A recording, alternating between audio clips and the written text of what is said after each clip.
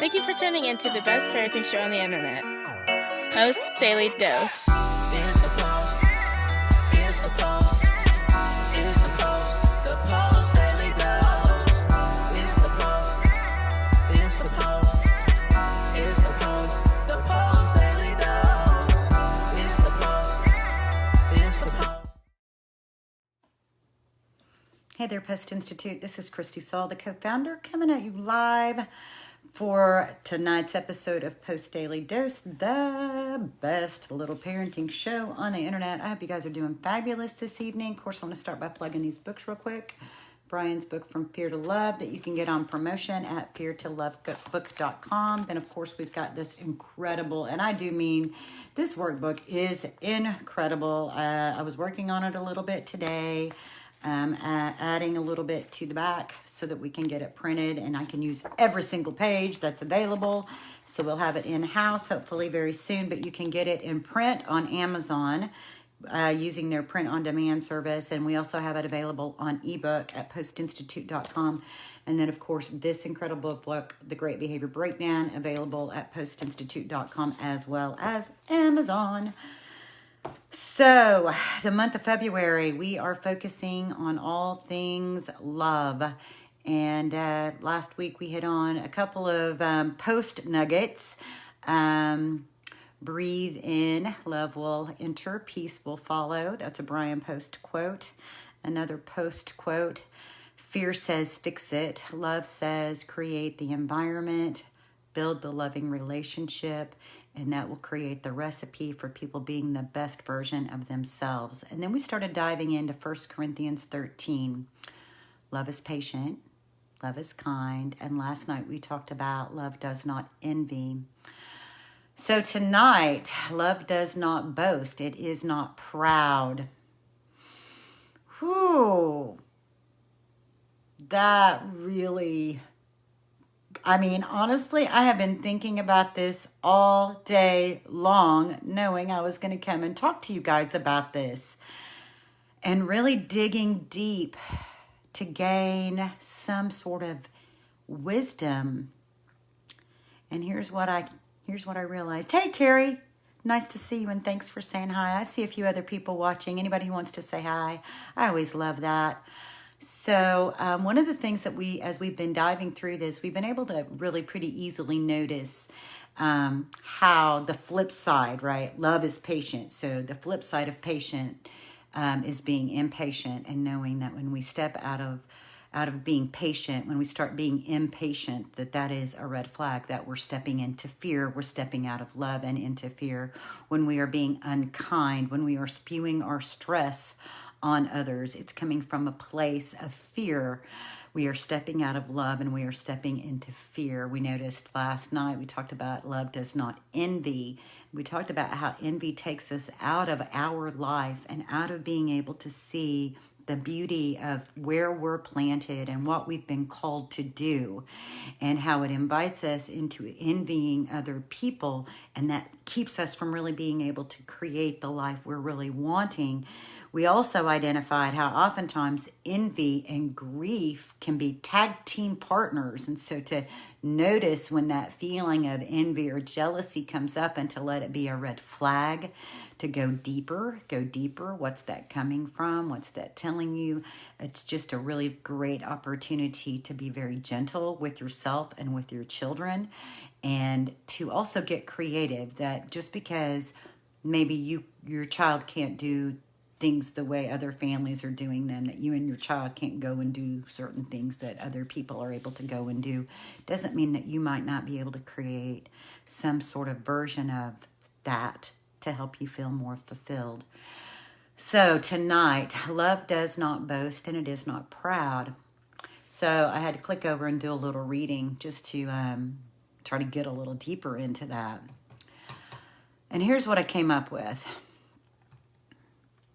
A couple of things. One, when we are being boastful and prideful, it often means that we are taking on human credit, and we are only human. And I will tell you, as a human being, and also as being a very close friend of Brian+Post, who is well known in this arena, that you can go from being God to goat in a hot minute, because you are only human. You are not God. You are only human. And when we step into places of being boastful and prideful, we are trying to take more credit than maybe as humans what it is that we ought to. So there's that piece, and that's a reality. So if you've ever been in a place of being in the public spotlight, if you've ever been a teacher or a community leader or in any of those sorts of positions in your life, then you know what I'm saying when I say you can go from being God to goat. They'll think you are the best thing since sliced bread, but just as soon as you mess up, then you fall. I mean, not only do you fall down a step or two off the pedestal you've been put on, but it is like a plummeting crash. So maybe that's part of the reason that love does not boast and it is not proud, because it takes glory into us as opposed to lifting glory, and also sharing glory among other people in your circle. There's really no way to give credit to everybody who makes you who it is that you are and makes your life possible. Like when I think about all the different things that have gone in to how I am where I am in my life right now, there's just no way for me to credit every single I don't even know. Honestly, I couldn't even give names to people who have shared this message or supported me in prayer and lift. I mean, just like I was talking to Rose at the beginning of the week by our divine phone call and hearing that she prays for the Post+Institute. Oh my gosh. I can't be boastful about what we're creating because it's not even me that's creating it. It's like a movement. It's like a community, And so, yeah, I mean, I'm excited about that. I am proud about that. But as far as it being me, no. And Brian would say the same thing. Brian's like, I swear this message got downloaded. It didn't come from me. Yes, I was in a position. Yes, I made some decisions to do some advanced studies. Yes, it is a passion in my heart. So I was fertile soil for the message of this love-based parenting model to be downloaded. And this was for him back in, 1990. That's how long. He and I started the Post+Institute in 1999, but this model of parenting was downloaded to him at least 5 to 10 years before that. Here's the other thing that I connected with when I thought about love is not boastful, it is not proud. That when we are stepping into a place where we feel like we need to be boastful and prideful, right underneath that really is fear. Fear that no one will notice your good deeds or your accomplishments. That if I don't toot my horn, then no one's going to notice my good deeds or my accomplishments. Love does not boast and it is not proud. What's also really interesting is that we live in a culture that it's almost like if you don't toot your own horn, who will? It's a highly competitive society. We are human. These things that we are talking about, these principles that we are talking about, it makes me realize how powerful the energy of love is. It is so powerful. It's so beyond what we are as humans, because we are literally just fallible, fleshly human beings. These are things for us to strive for, and they are things for us to take note of. It's ways that we can notice when we are getting out of alignment with principles of love. And in the arena of parenting children who come from tough places, adoption and foster care specifically, the other thing that we have to be thoughtful about is what I have heard referred to as savior complex. And if you come into the arena of adopting and foster care with a complex of saying, I am saving somebody, my experience has been that we usually get pretty well humbled, because we all have a whole lot to learn. We have a whole lot to learn.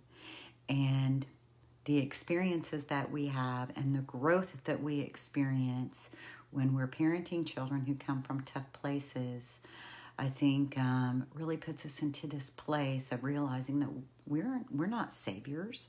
We're just human beings, and fallible human beings at that. And hopefully we can build our reservoir of love so that we can help shine light in very dark places. But we are, in fact, just humans. It is not our place as humans to deem ourselves as saviors. So, love does not boast. It is not proud.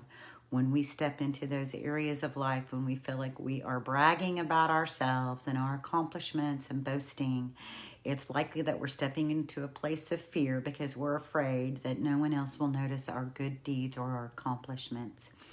We are just human. Let these things, when you notice that you're stepping outside of the things that have been defined as love, and that part of the reason I picked 1 Corinthians 13 is because people, we're always quoting this. It's quoted in wedding ceremonies, and it's quoted at children's births and christenings and baptisms. It's something that's so frequently quoted, but how often do we really step down for a minute and just really meditate on what these words are trying to direct us in, and why these words were chosen the way they were chosen? And so honestly, even, as I've gone through this, it's really led me to think deeper, to just give deeper thought about what this message is trying to tell us.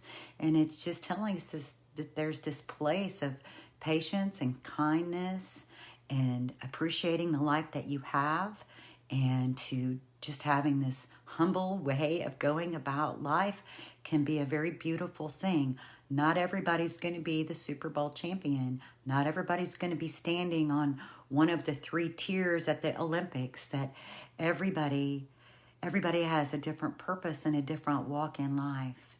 And so with that, I'm going to call it good for the night. Thank you guys for being here. I hope there's something in this that's like literally medicine for your heart, medicine for your soul. Maybe it's a way to help you kind of quiet all those emotions and those frantic feelings that can get stirred up in our day-to-day life.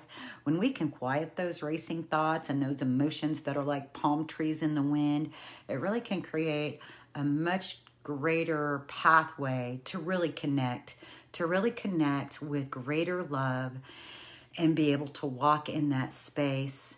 If you've not already done so today, at some point, set everything aside that you've been worried and stressed and fretting about. All the racing thoughts, just set it all aside. Just set it all aside. 30 minutes isn't going to make all that much difference. Not for the difference that loving your children will.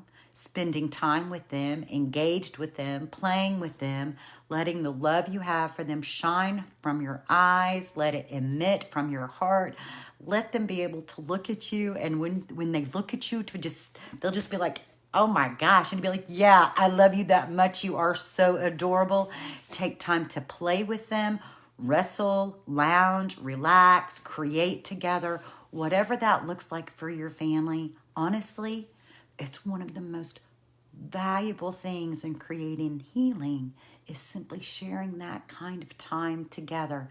It is more valuable than all the math problems you could ever complete.